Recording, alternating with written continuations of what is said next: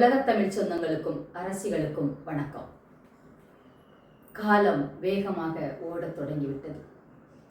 அவரவர் பாதையில் அவரவர் பயணிக்க தொடங்குகின்றோம். எதையுமே எடுத்து செல்லும் அதிகாரம் நமக்கு இங்கே இல்லை. நாம் கொண்டும் வரவில்லை, கொண்டும் செல்ல போவதில்லை. ஆனால் நாம் வாழும் இந்த கொஞ்ச காலங்களில் நான் இப்போது உங்களோட பேசிக்கொண்டிருக்கின்றேன். ஆனால் இந்த இடத்தை விட்டு நான் எந்திரித்து வருவேனா, மீண்டும் உங்களோடு பேசுவேனா என்பது மிகப்பெரிய கேள்விக்குரியல்ல, மிகப்பெரிய ஆச்சரியமான உண்மை.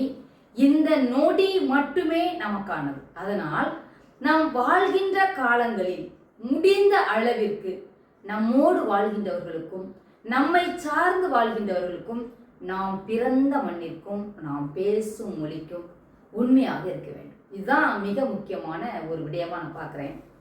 பெண் என்கின்ற ஒரு விடயத்தை பற்றி பல்வேறு விதமான கட்டுரைகள், கதைகள், இலக்கியங்கள், எழுத்தேடுகள், சுவடிகள், எண்ணற்ற கவிதைகள், இந்த உலகில் உள்ள அனைத்து இயற்கைக்கும் பெண்ணின் பெயரே சூட்டப்பட்டுள்ளது.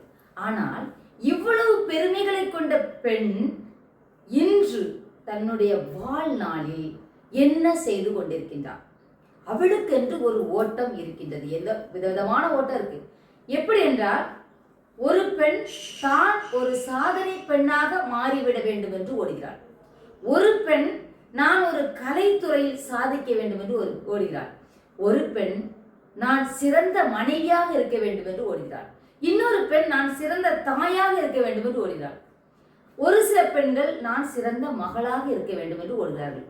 ஆனால் யாருமே நான் சிறந்த மனுஷியாக, மனிதாபியம் கொண்ட ஒரு தாயாக, இந்த உலகத்தில் போற்றப்படக்கூடிய ஒரு இடத்தை எட்டி பிடிக்க வேண்டும் என்ற கனவோடு ஓடுகிறாளா என்றால் இல்லை. அதற்கு காரணம் என்ன? அவளுக்கு அதில் விருப்பம் இல்லையா? இல்லை.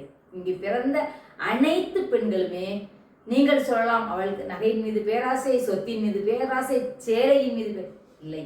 அனைத்து பெண்ணுமே இந்த உலகில் நான் முதலாக இருக்க வேண்டும் என்ற பேராசை கொண்டவள் தான். ஆனால் அந்த பேராசை என்ற வார்த்தையில் இதையெல்லாம் நாம் வெளிப்படுத்தினால் நம்மை கிண்டலடித்து விடுவார்களோ, நம்மை கேலி செய்து விடுவார்களோ என்ற ஒரே ஒரு சின்ன அச்சத்தில் அவள் யார் என்பதை அவள் மறக்கிறாள். நாங்கள் ஒரு ரூபத்தில் பிறக்கவில்லை, பல்வேறு விதமான ரூபங்களில் பிறந்திருக்கின்றோம். ஒரே குணமுடையவர்கள் அல்ல, பல்வேறு விதமான குணங்களுடைய. என்னை போல ஒருவர் உருமாறவோ, இன்னொருவரை போல நான் உருவாறவோ முடியாது. ஆனால் உள்ளம் மாறலாம். எப்படி? அன்னை தெரசா என்ற ஒரு பெண் வெளிநாட்டில் பிறந்து திருமணம் செய்து கொள்ளாமல் இந்திய தாய்நாட்டிற்கு வந்து இங்கே தொழு நோயாளிகளின் தாயாக மாறி போனாள்.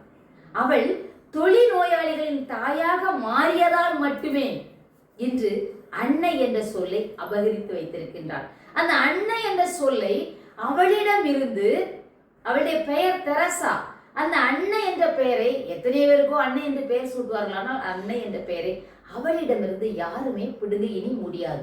அந்த இடத்திற்கு அடைய வேண்டும் என்றால் அவளை வீழ்த்தி, அந்த தாயை வீழ்த்தி அதை விட பெரும் பங்காற்ற வேண்டிய இடம் இருக்கிறது. இங்கு எதுவுமே முடிவு கிடையாது. இங்கு எதுவுமே, எல்லாமே தொடக்கம். நான் இல்லை என்றால், நான் இந்த நிலத்திலிருந்து மறைந்து போகிறேன் என்றால், இறந்து போகிறேன் என்றால், எனக்கு பின் ஒரு தொடக்கம் இங்கே உடனடியாக இருக்க வேண்டும். ஒவ்வொரு மனிதனும், ஒவ்வொரு பெண்ணும் தன்னுடைய இறுதி நாட்களில் தன்னுடைய லட்சியங்களை, தான் அடைய விரும்பும் இடத்தை நானே அடைந்து விடுவேன் என்று நம்பலாம். ஆனால் நான் மட்டுமே அடைய வேண்டும் என்று பேராசை கொள்ளக்கூடாது. எனக்கு பின்னால் நான் விட்டு செல்லக்கூடிய அந்த கருத்தியல்களை எடுத்து செல்வதற்கென்று நிச்சயம் ஒரு கூட்டம் தேவைப்படுகிறது. ஏன்? திருடன் அவனுக்கு பின்னால் ஒரு திருடனை வைத்துக் கொள்கிறான். அரசியல்வாதி அவனுக்கு பின்னால் தன் மகனை வைத்துக் கொள்கிறான். கொள்கைவாதிகள் மட்டுமே தனக்கு பின்னால் தன் குடும்பத்தை வைப்பது இல்லை. ஆனால் அந்த கொள்கையாவது யாருக்காவது சொல்லிக் கொடுக்கிறார்களா என்றால் அதுவும் இல்லை. இங்கே அடிமுறை என்ற ஒரு பெரிய மருத்துவம், வர்மக்கலை இவை இருந்தது. தமிழர் வீடுகளில், அதுவும் தென் மாவட்டங்களில் எல்லாரும் மருத்துவர்கள் தான், எல்லாரும் ஆசான்கள் தான். ஆனால் யாருக்குமே அதை கடத்தவில்லை. தன் பிள்ளைகளுக்கு விருப்பம் இல்லை என்றால் அதை பக்கத்து வீட்டு பிள்ளைக்கு சொல்லிக் கொடுப்பதில்லை. அப்போ அந்த நபரோடு அந்த கருத்தில், அந்த திறமை, அந்த வர்மக்கலை, அந்த தமிழரின் மருத்துவ முறை அழிந்து போகிறது. இன்று தொண்டு தற்று ஒன்று இரண்டு எழுந்து வருகின்றது. ஆனால் பழைய பாரம்பரிய முறைப்படி இங்கே இல்லை. ஏனென்றால் பழைய பாரம்பரிய முறையில் அறுவை சிகிச்சை கையில் போடும் வழக்கம் இருந்திருக்கிறது. அதுக்கு வரலாற்று சான்றுகள் நம்மிடம் இருக்கிறது. அதுபோலத்தான் ஒரு பெண் என்கிறவள் எதை வேண்டுமென்றால் இந்த உலகத்தில் மாற்றும் சக்தி கொண்டவள். ஒரு பெண்ணுக்கு இறைவன் கொடுத்திருக்கின்ற இயற்கை தந்திருக்கின்ற பலம் இந்த உலகத்தில் வேறு எந்த உயிர்களுக்கும் கொடுக்கப்படவில்லை. ஒரு பெண் நினைத்தால் இந்த உலகில் எந்த இடத்தையும் சாதித்து காட்ட முடியும். ஆனால் நமக்கு விடுதலை யார் தருவார்கள் என்ற கேள்விக்குறியோடு நானெல்லாம் என்ன செய்வேன் என்ற கேள்விக்குறியோடு என்னுடைய வாழ்நாள் கடந்து சென்று முடிந்து விடுகிறது. முதலில் உருவாக்கம் என்பது விதையிலிருந்து தொடங்குகிறது. ஒரு விதை வீரியமிக்க விதையாக இருக்க வேண்டும். அந்த விதை வீரியமிக்க விதையாக இருந்தால் எந்த நிலத்தில் பாறைக்குள் போட்டாலும் அது தன்னை உடைத்து வெளியே வந்துவிடும். அதுபோலத்தான் சாதிக்க துடிக்கின்ற, தன்னை நிலைநிறுத்த துடிக்கின்ற பெண்கள், தாய்கள் தங்களை சுத்தமான வலிமையான விதைகளாக முதலில் உருவாக்க வேண்டும். அப்படி என்றால் இப்ப நான் என்றால் எனக்குள் இருக்கக்கூடிய குறைகளை எல்லாம் நீக்கி நான் எதை செய்ய விளைகின்றனோ அதற்கு நான் என்னை முதலில் தயார் செய்ய வேண்டும். அப்படி என்றால் ஒரு லட்சியத்தை எடுத்துக்கொண்டு வரும்போது எனக்குள் தன் பாசம், தன் குடும்ப பாசம், சொத்தின் மீது பாசம், பணத்தின் மீது பாசம், நகையின் மீது பாசம், ஒவ்வொரு மனிதன் உருவாக்கக்கூடிய பொருட்களின் மீது உள்ள பாசத்தை துறந்து இது என்னுடைய கொள்கை, இதை நான் விரும்புகின்றேன், இதை என் பெண்களுக்கு கடத்த முயல்கின்றேன். காரணம், நாங்கள் ஆதிகள், கொற்றவை என்ற தமிழரின் முதல் தெய்வத்தின் வாரிசுகள். இதான் எங்களுடைய அடையாளமே. என்னன்னா, நான் ரொம்ப பெருமையா நினைக்கிறது, நாங்கள் கொற்றவையின் பேத்திகள், நாங்கள் கொற்றவையின் வழித்தோன்றல்கள். கொற்றவை என்ற இவன் வரலாறு திருச்சி எழுதினா கூட கொற்றவை உருவாக்கினாள் என்று எழுத வேண்டியிருக்கு, வேற மாற்றமே இல்லை. அப்படி என்றால் பெண்ணுக்கு நான் சொல்றேன், நீ ஒரு அழகான இல்லை, நீ ஒரு ஆளுமையான விதையாக இருக்கின்றாய். என்னால் இது முடியவே முடியாது என்ற கட்டத்தை விட்டுவிட்டு உடைத்து வெளியே வா. ஏனென்றால் நமக்கு வாய்ப்புகள் தான் கொட்டி கிடக்கவில்லை, திறன்கள் கொட்டி கிடக்கின்றது. வாய்ப்புகள் நமக்கு யாரும் தர வேண்டாம், நாமே வாய்ப்பாக மாறுவோம்.